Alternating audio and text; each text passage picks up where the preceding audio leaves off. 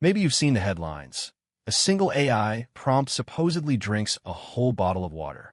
Here's the thing.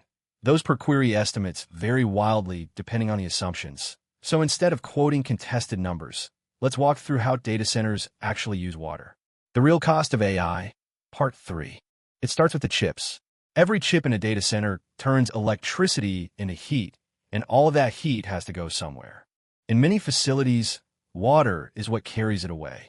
A loop of warm water pulls the heat off the racks and out of the building. That warm water flows into cooling towers, where some of it evaporates. And evaporation is the whole trick.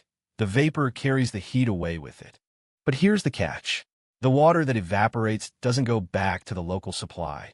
It's gone as vapor. That's the consumption people argue about. Water in, vapor out. And there's a second, less obvious water cost.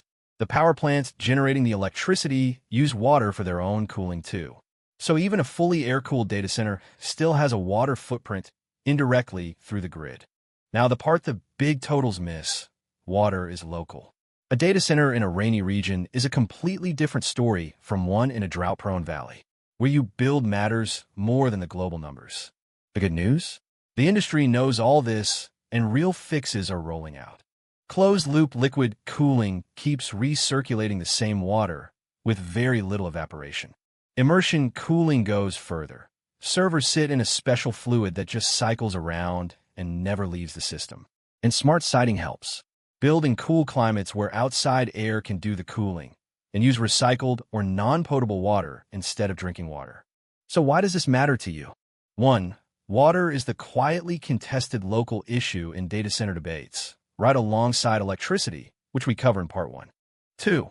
When you see a big scary per prompt number, check what's actually being counted, direct or indirect, withdrawn or consumed.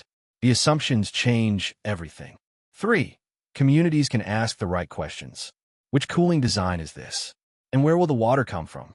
So, chips make heat, evaporative cooling trades local water for that heat, and the grid adds an indirect footprint, but design and location decide how big a deal it is.